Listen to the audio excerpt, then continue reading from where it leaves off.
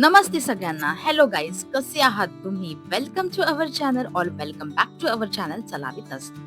आपल्या सगळ्यांच्या लाडक्या गणपती बाप्पाला मोदक किती प्रिय आहेत हे तर आपल्याला माहितीच आहे.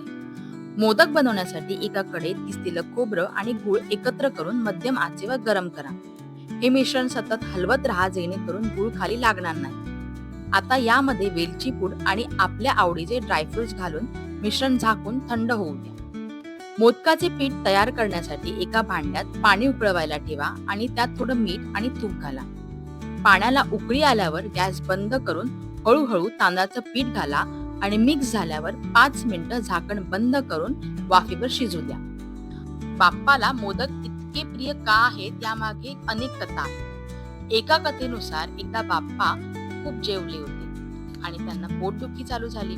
तेव्हा एका ऋषींनी त्यांना मोदक खायला दिला आणि त्यांची पोटदुखी थांबली.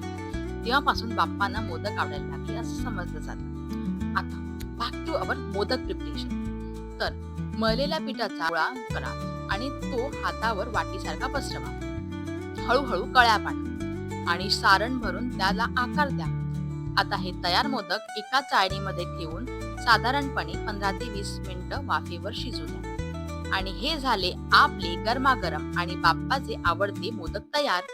गणपती बाप्पा मोरया, मंगलमूर्ती मोरया.